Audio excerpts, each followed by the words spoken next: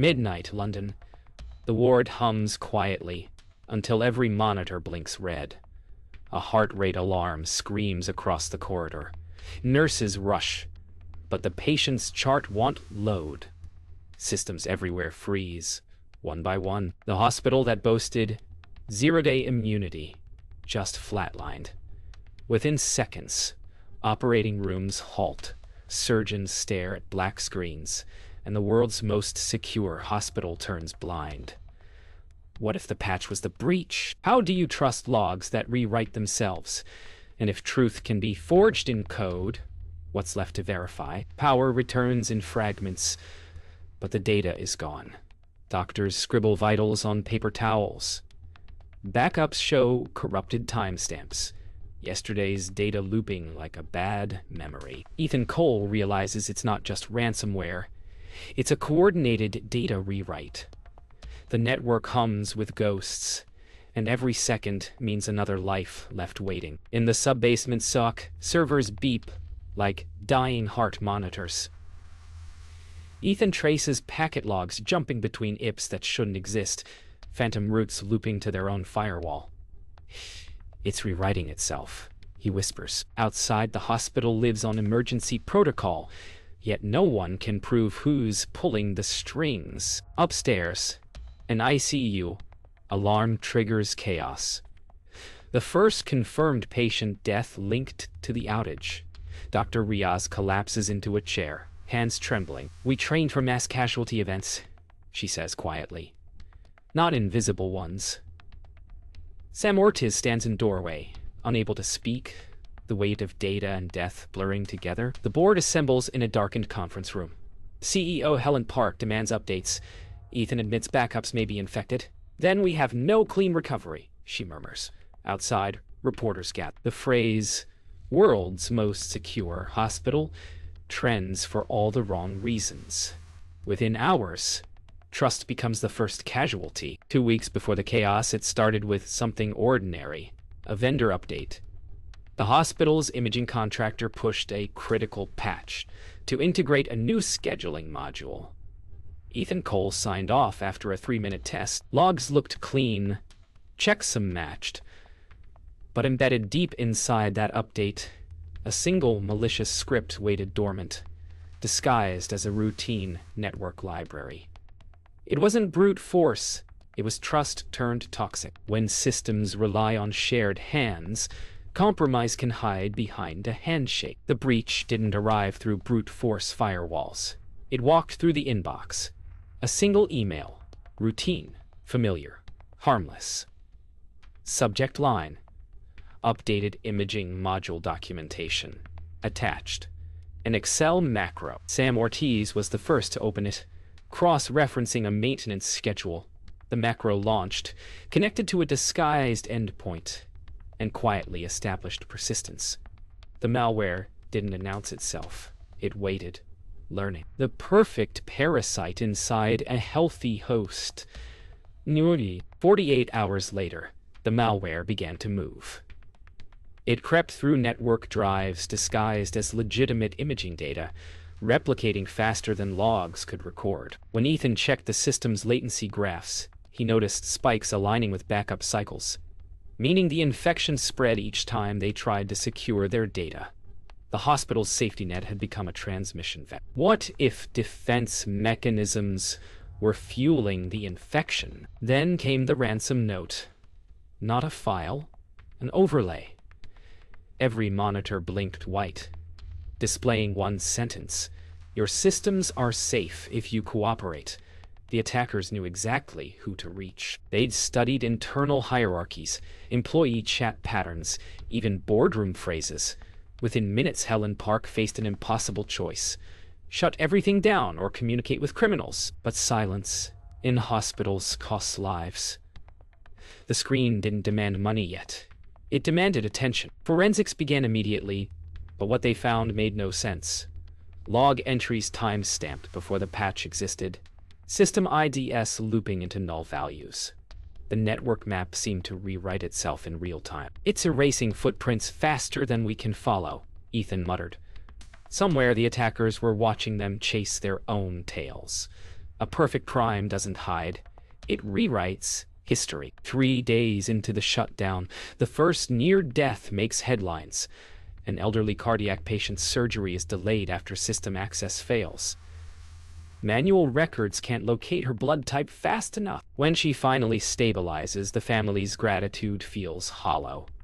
Because everyone knows it was luck, not medicine.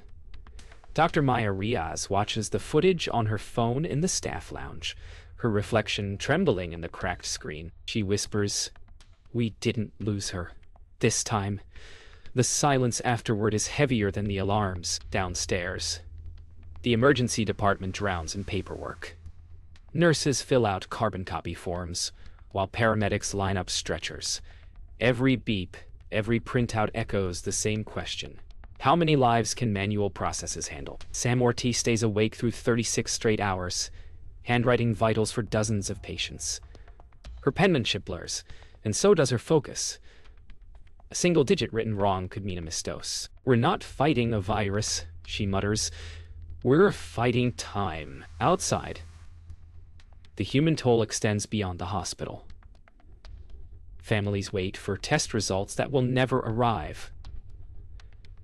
Oncology screenings lost mid-process. In living rooms across the city, parents and partners stare at error messages instead of medical updates.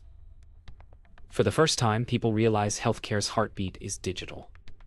When those bytes vanish, so does hope. "It's like someone deleted our future," Claire says on live TV. And for millions watching, it doesn't sound like exaggeration. Inside the hospital cafeteria, a hush settles. Sam Ortiz finally speaks, her voice hoarse from exhaustion. She tells Dr. Riaz that she warned it months ago about outdated authentication scripts tied to vendor systems. "We just didn't have budget," she says. Ethan Cole overhears from the doorway, guilt cutting deeper than exhaustion. He knows she's right. Every unpatched port, every deferred update, they were decisions made under cost pressure. Tonight, they look more like verdicts. The media storm breaks. Outside the hospital gates, cameras flash as the word negligence dominates headlines. Inside, the staff faces another truth. Their patients don't trust them anymore. Families demand answers, politicians promise audits, and cyber experts argue on talk shows. Helen Park faces microphones with trembling composure. "We are restoring operations safely and responsibly, but behind her, Dr. Riaz knows that safety isn't restored with power.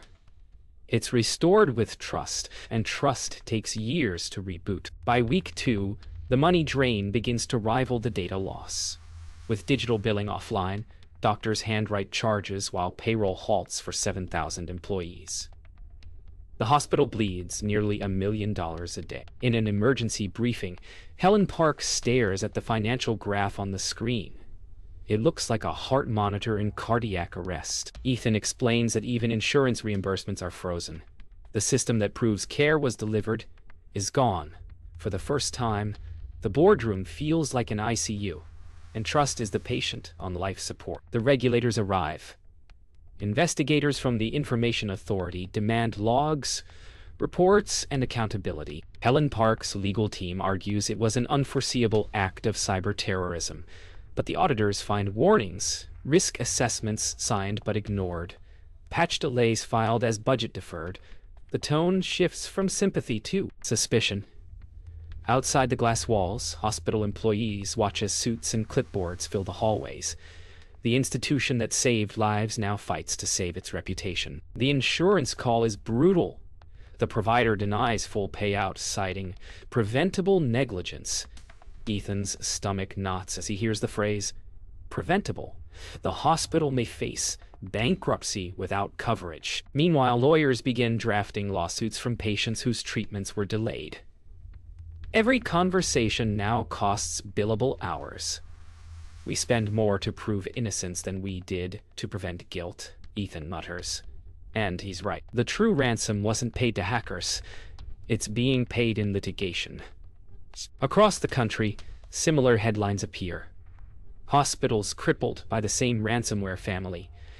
HE in Ireland, USS in America. Billions lost worldwide. The public sees only numbers. $67 million, €100 million rising still. But behind every zero is a cancelled surgery, a delayed cancer screening, a mother's panic at a missing lab result. Governments pledge cybersecurity reform, but it's always reactive.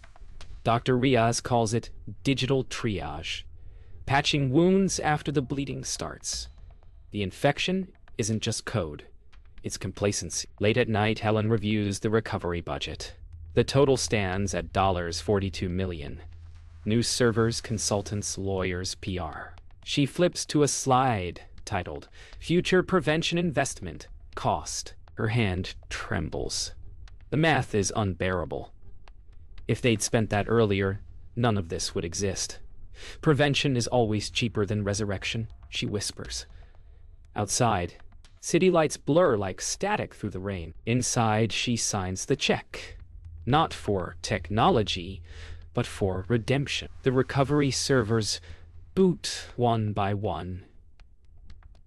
Forensic consultants arrive, specialists in digital autopsy. Their tools carve through terabytes of encrypted chaos, searching for an origin point. Ethan stands over their shoulders, haunted by each scrolling hash value. The logs contradict themselves. Timestamps predate updates. IP addresses fold into internal subnets.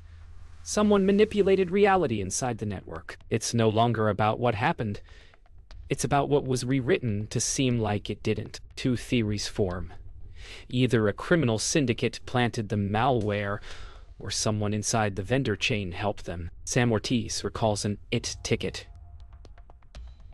She filed 6 months ago, reporting a mysterious ghost process that appeared during imaging tests. It was dismissed as a glitch.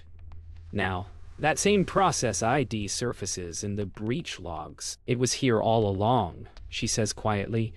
The worst betrayals wear uniforms and ID badges. Ethan sends forensic fragments to Interpol's cybercrime unit. The reply shocks him. Digital fingerprints align with a ransomware collective operating under multiple aliases. Many suspected state-backed, yet their code contains traces of a legitimate vendor library, meaning the attackers used stolen development credentials. Attribution becomes theater. Everyone points at everyone else. Forensics doesn't reveal villains, only reflections of shared negligence. Then comes the twist. A recent system patch labeled Critical Fix v4.6 contains the same encryption key embedded in the original malware. The update meant to close the door had quietly reopened it. The patch was the breach. Helen stares at Ethan across the boardroom table, disbelief melting into horror. Every fix they trusted became an entry point. Somewhere, someone turned their shield into a spear. The final forensic memo lands in Helen's inbox. Infection neutralized. Systems rebuilt, perimeter secure. Yet, one line stands out. Origin undetermined. Integrity unverifiable. For all their effort, they still don't know who pulled the trigger.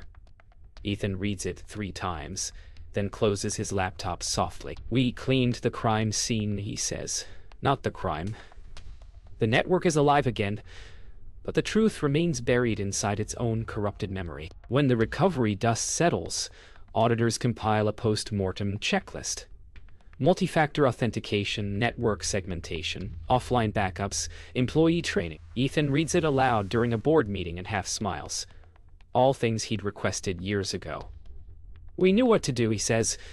We just didn't. The irony burns deeper than guilt. Helen signs off the recommendations as mandatory, but everyone in the room knows that mandates are promises until budgets turn them into action. Paper doesn't patch vulnerabilities. People do. The ransom debate reignites. Pay or resist. Helen faces the press again, refusing to confirm whether the hospital paid. Ethan later confides to Sam, not paying doesn't mean we didn't pay. Cyber insurance quietly covered consulting fees. that went to the same negotiation intermediaries. The moral high ground has an invoice attached. Somewhere in the dark web, the attackers post a thank you note.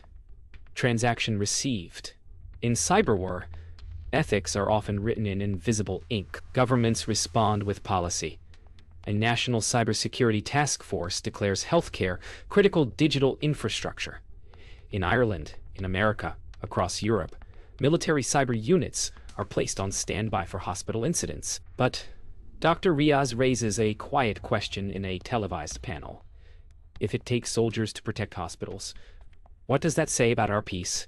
Her voice trembles, not from fear, but from conviction. Medicine should save lives, not fight wars on networks. Works. Late at night, Sam and Ethan argue in the data center. She wants stronger access controls and transparency about the ransom negotiations. He tells her bluntly, too much truth can kill morale. She fires back. Silence already did. The hum of servers fills the pause. Neither is wrong. Both carry scars from the same wound. One technical, one moral. Trust, like encryption, only works if both sides agree on the same key. Weeks later, a government committee convenes to redefine hospital cybersecurity policy. Helen testifies calmly, Dr. Riaz gives emotional testimony, and Ethan delivers cold technical truth. Hospitals will always be targets, he says. But our duty isn't to be perfect. It's to be prepared. The hearing ends with applause, but no one feels triumphant. Outside, the media swarm returns. As flashbulbs erupt, Helen mutters, "We've patched the system. Now we need to patch the trust." Months later, the hospital hums again. Machines glow, charts update, surgeries resume. But it's not the same sound. It's cautious, careful, aware. Patients return, though many carry the memory of fear with them. Dr. Riaz walks the corridors like someone guarding both people and data. Every login now requires 2 steps, every process a password. She smiles at a recovering patient, yet her eyes linger on the monitor, waiting for it to blink wrong again.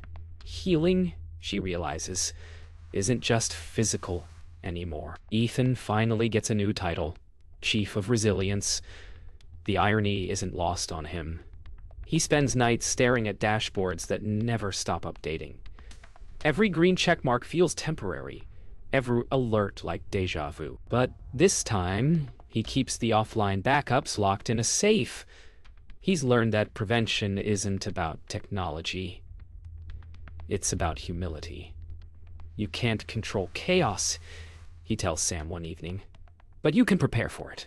She nods. Preparation is the new perfection. The board reviews final financials. $42 million in damages, $3.8 million for prevention, 0 casualties since recovery.